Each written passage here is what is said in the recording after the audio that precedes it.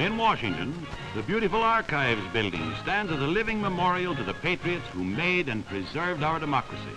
It contains the living record of their great works. Two fine statues guard the approach. They represent heritage and vigilance.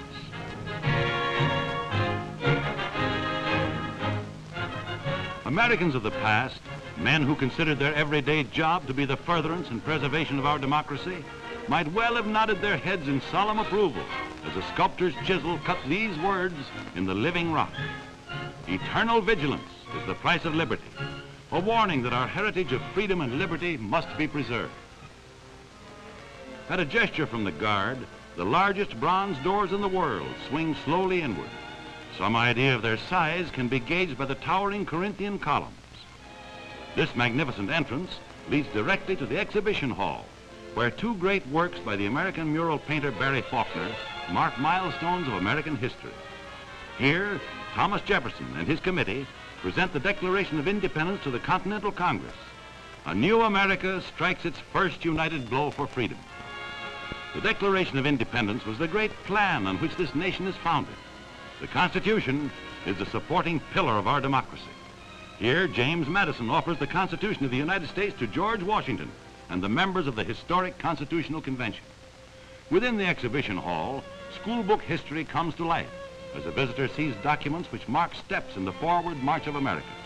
Among the important treaties here preserved is the first Treaty of Ghent, which ended the War of 1812 and reaffirmed our nation's right to live in peace and freedom. Another represents a battle fought and won on the field of diplomacy. Its parchment yellowed, its ink faded. It is preserved as a vital link in our democracy forged when America took its place in the Congress of Nations.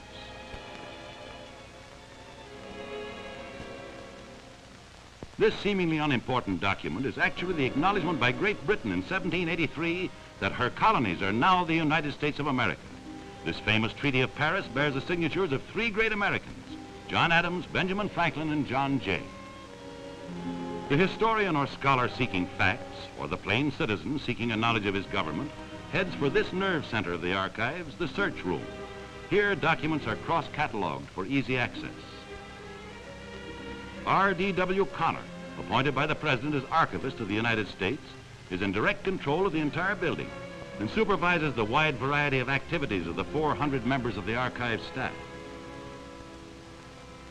For years, the vital papers and documents of the United States were scattered throughout the city of Washington, in basements and dead files of various buildings and departments. Under this haphazard system, no one knew for certain where anything was, what was of vital importance, and what was worthless.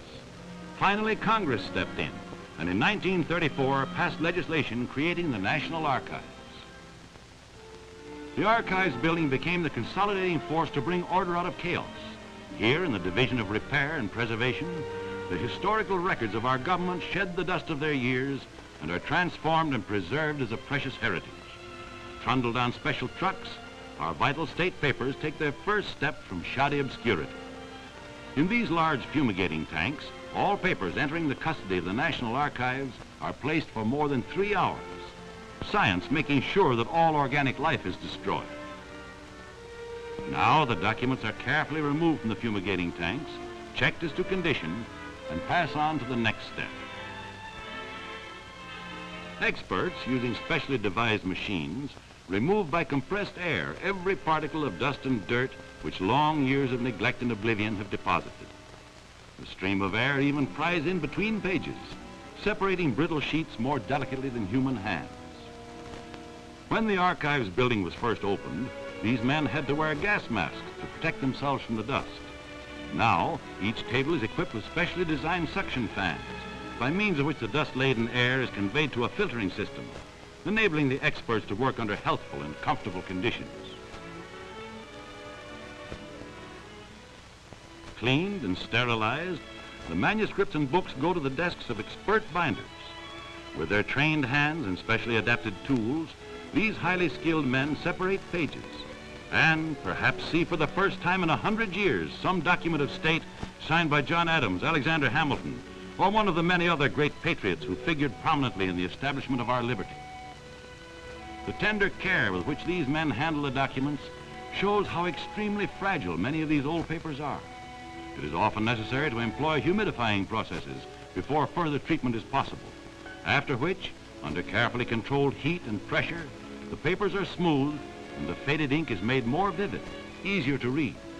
This is known as the ironing process, necessary for the flat filing of records.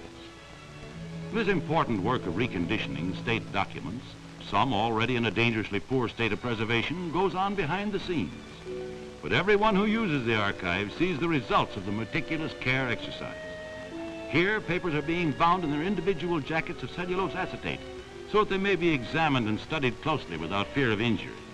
In fact, use of this cellulose acetate in many instances reduces the thickness of records and improves the legibility of the original. The cellulose acetate is completely transparent. Thin sheets are placed on the front and back of each document, after which they are placed on the bed of these specially designed presses. Here, under thousands of pounds of pressure and intense heat, the cellulose acetate and the document are forever wedded. Now the record, regardless of its former state, can be used without fear of further deterioration. These documents are copied by photostat. A direct copy in actual size is made on durable photographic paper. These photostats may be studied and handled without fear of damage, while the original rests safely in the vault. But with some larger exhibits, photostatting is not practical. With items such as newspapers, a new and revolutionary technique is used, microphotography. Someday, perhaps through the use of this film technique, every school child in the land will see at first hand the state documents which have heretofore been only drab quotations of text. Besides preserving the written and printed memorabilia of the United States, the Archives has undertaken to perpetuate the spoken word through recordings and the visual documents of progress through motion pictures. Here, in fireproof vaults, ventilated by controlled, conditioned air, are stored thousands of feet of important films. Trained technicians maintain this film laboratory, selecting and editing all films before they're filed away in the vaults. These pictures are available to any responsible citizen upon the fulfillment of certain necessary requirements. Through the use of motion pictures, the Archives is taking full advantage of science in keeping records of the social and cultural life of America as it progresses. In the motion pictures is preserved an active mirror of our country's history in the making.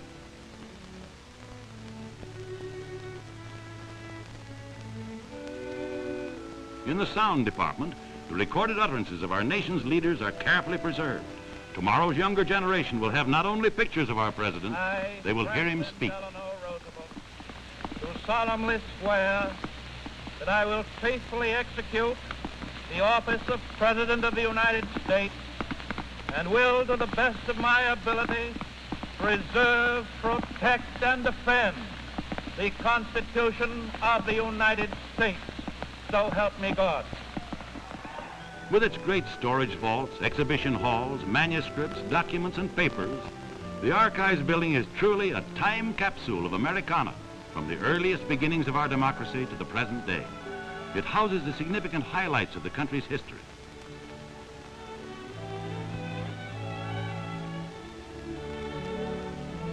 This paper, Ratification of Our Constitution, is a mute reminder of that dramatic moment in modern history when the voices of 13 original states were raised as one, proclaiming to the world our independence. Abraham Lincoln speaks out from these pages. This is the proclamation which granted freedom to the slaves, vitally significant in the history of mankind's patient plodding toward a higher life. The Bill of Rights of the Constitution, ensuring the right to free speech, free assemblage, free religion, another reminder of the basic principles on which our America has grown strong. Here are the truths which give force, body, and strength to the words, life, liberty, and the pursuit of happiness.